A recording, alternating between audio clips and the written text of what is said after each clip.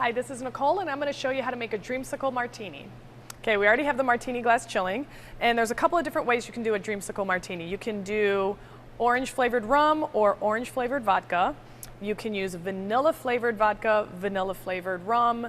Really, it's up to you. Preference is yours. So you're going to use equal parts though. So I'm going to do the vanilla vodka and the orange rum equal parts. So you don't have to measure it if you're going to pour them together because it's going to be the same amount.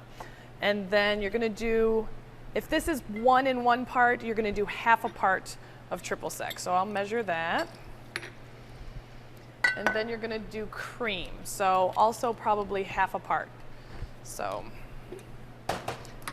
also splash of orange juice. I like the taste it gives. I like the little orange color it gives it as well.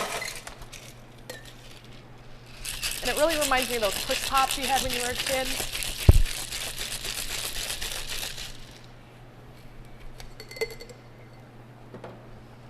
So, dump the ice out of your chilling martini glass.